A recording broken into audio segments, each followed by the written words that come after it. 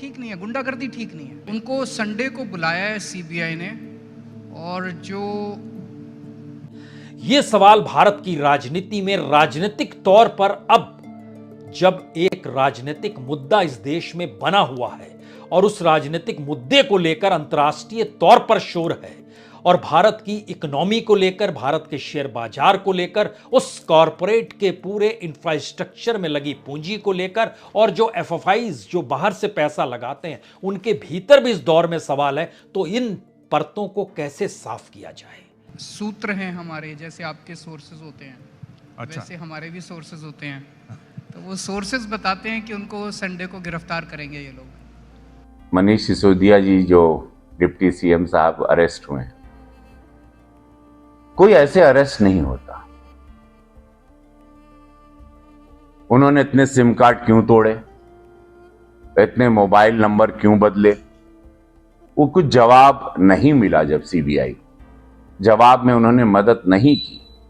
क्या घोटाला किया था, क्या घोटाला केजरीवाल जी किए हैं, अभी तो बात और आगे बढ़ेगी। जनता को असली चेहरा अब पता चलेगा कि कैसा छल किया जा रहा था। शराब नीतियों में इतना बदलाव किसको फायदा देने के लिए किए थे, वो अब सब बातें आएंगी। कितने हजार करोड़ का फायदा हुआ, कहां गया पैसा, कौन लिया, कहां आप लोगों ने किस प्रदेश के चुनाव में वो पैसों का इस्तेमाल किया, क्यों हैदराबाद से आपको पैसा आया, वो हर बात का जवाब देना पड़ेगा। तो ये गुंडागर्दी अच्छी नहीं है जनतंत्र के अंदर। जनता ने आपको 15 साल मौका दिया, आपने अच्छा काम किया, बुरा काम किया, ये जनता तय करेगी। जनता ने तय किया भाई अब बदलाव होना चाहिए दिल्ली में। शराब की नीतियां ही मैं बता रहा हूं, जान के की गई थी और उन लोगों को की थी। इसके तार कहां तक जुड़े हैं, किस प्रदेश तक जुड़े हैं, ये बाहरी प्रदेश से भी इसका तार जुड़ा हुआ है। अब बारी बारी सब बातें बाहर आएंगी, आप देखिएगा। ये बहुत बड़ा घोटाला था, ये बहुत बड़ी चीटिंग, बहुत बड़ी साजिश, बहुत बड़ा फ्रॉड हुआ था दिल्ली में। अब वो सारी परतें आप लोगों के सामने आएंगी। इसका मास्टरमाइंड कौन है वो भी अब पता चले। एक 140 करोड़ की जनसंख्या वाले देश के लिए मात्र 77,000 करोड़ रुपए का हेल्थ का बजट। एक इंटरेस्टिंग बात बताऊं तो भारतीय बैंकों का अडानी पर कर्ज 80,000 करोड़ रुपए है और पूरे भारत का हेल्थ का बजट 77,000 करोड़ रुपए। लेकिन सरकार यह संदेश चाहती है कि दरअसल ये ना जाए कि दरअसल हमने मान लिया। हम तो ये कह रहे हैं कि लोगों के भीतर जो शक और शुबा है वह दूर हो जाए। लेकिन कल्पना कर रहे हैं कि भारत की राजनीति में अडानी किस रूप में मोदी सत्ता के साथ जुड़े हुए हैं। एक के बाद एक तमाम प्रोजेक्ट उनके हाथ में आते चले गए। एक क्षण के लिए ध्यान दीजिए, जब 6 हवाई अड्डों को लिया गया बोली लगाकर, तो उसके बाद नियत समय में पैसा दे पाने की स्थिति में अडानीज ग्रुप नहीं था। उस पैसे को देने की मियाद और टाल दी गई। यह सब कुछ क्या किसी सामान्य परिस्थिति में हो सकता है या सिर्फ अडानी नाम के साथ हो सकता है?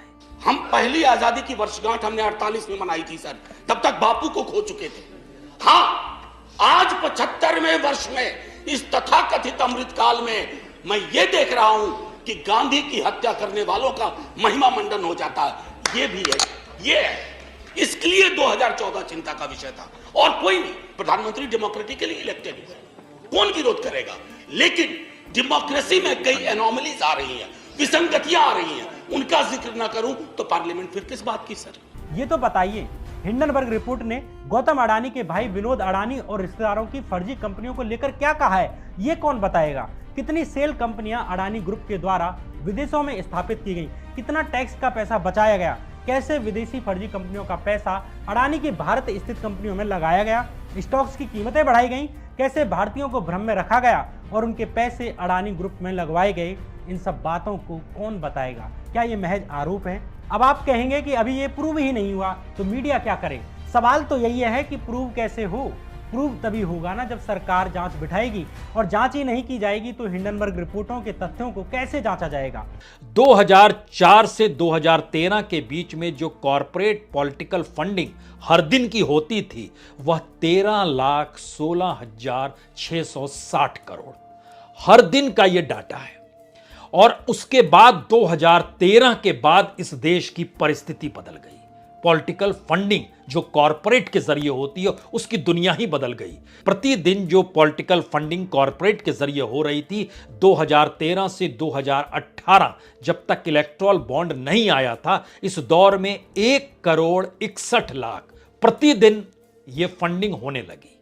अब सवाल यह है कि अगर 13 लाख से बढ़कर 1,61,00,000 तक आ गए और उसके बाद इलेक्टोरल बॉन्ड जब शामिल हो गया, जिसने इस दौर में लगभग 11,000 करोड़ के बॉन्ड देश के भीतर खरीद फरोख्त हो चुकी है, अगर उन सबको जोड़िएगा तो ये 2018 के बाद से तो कॉरपोरेट फंडिंग का डाटा लगभग 4 से 5 करोड़ प्रतिदिन का जा रहा है। यह पैसा कोई क्यों दे रहा है और इस पैसे की एवज में वो क्या ले रहा है?